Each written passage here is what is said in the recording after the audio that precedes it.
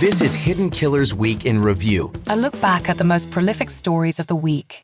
This is the Hidden Killers podcast with Tony Brueski, featuring body language and human behavior expert Mark Bowden. Let's talk about some of the cases that you've observed. Before I name out any names, I am curious as to who historically, dead or alive, that you've watched and observed the moving images of that really, maybe it had you kind of baffled, where maybe it was a steeper hill to climb of trying to decipher what is going on with that individual, because maybe they were very, very good at this. Is there anybody out there like that? I guess is the first question.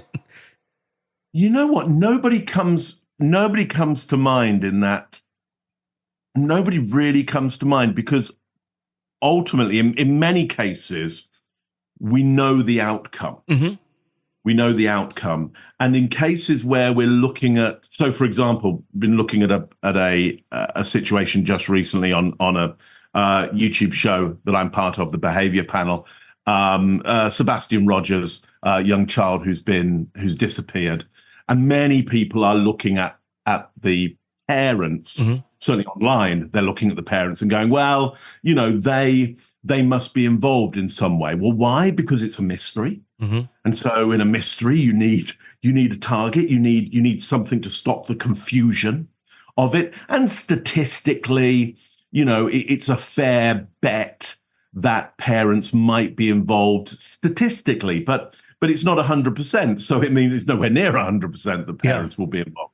So we'll bias towards the statistical bias, and we'll create evidence in our minds that makes sense. Now, in this case, myself and all the other guys on the team have looked at that and gone, we would not concentrate on the parents at all. Really? in this case, not at all, not at all. Now, they could be the most incredible criminal geniuses that we've come across. It's possible. Mm-hmm. I mean, ultimately, everything is possible. Mm-hmm. Is it probable based on the evidence that we've seen? When I say evidence, I say we are looking at video of them being questioned by a reporter about this, and the reporter is questioning fairly well about this. And we're able to observe quite a lot that's going on. Is it possible that they have committed a crime here? It's possible, but it's not at all very probable. If it turns out to be it's them, you would go absolute criminal geniuses, and you would go with that ability, like what else would they have done? Sure. And why? And so why is this guy as a criminal genius? Why is he driving a crane? Mm-hmm. Like why isn't he? Why aren't they running a country? Yeah. Well, why aren't they? like their ability, if they can lie at that level under those circumstances, it doesn't. I would go, well, the world doesn't make any sense there. Sure, it makes sure. Zero sense. We're speaking of that, where you have your online sleuths that are out there that are, God knows there's a gazillion of them these days.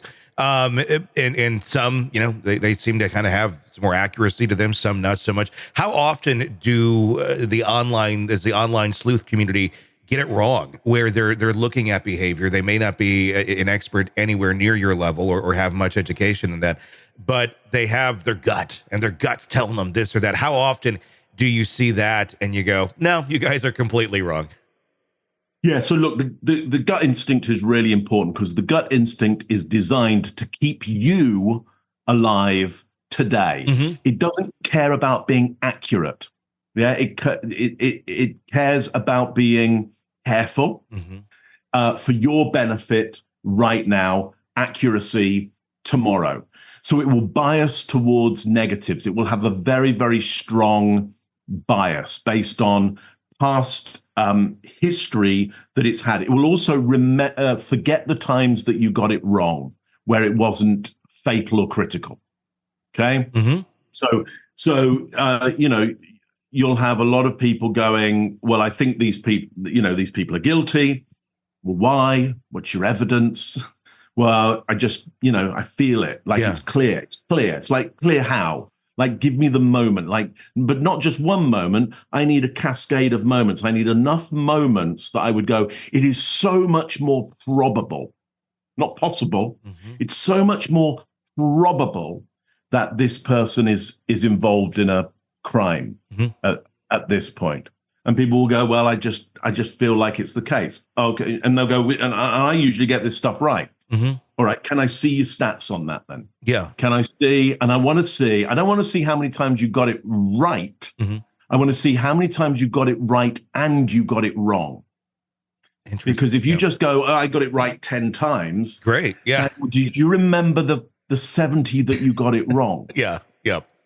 And that's how we lead our lives. Look, if we went around with our instinct constantly remembering all the times that we biased towards a negative and we were inaccurate and we missed out on average opportunities, we'd never live our lives. Sure. Anything that we miss out on because of our instinct bias, we just go, it wasn't fatal, nobody died, just erase it from the memory. Every time we get it right, and it was critical, we remember that. We go, wow, remember when you really thought there was something up and it turned out you were absolutely right and they went on to kill somebody? Like, you want to remember that. Look how good your instinct is.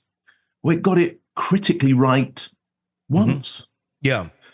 Yeah. And so you survived. Yeah. Want to listen ad-free? Want advanced access to all of our interviews before anyone else? Become a True Crime Today Premium Plus subscriber on Apple Podcasts. You get every episode commercial-free. So you can binge on true crime Until you can binge no more. Search True Crime Today Premium Plus on Apple Podcasts now, or go to our podcast page and sign up now. More of the Hidden Killers podcast next.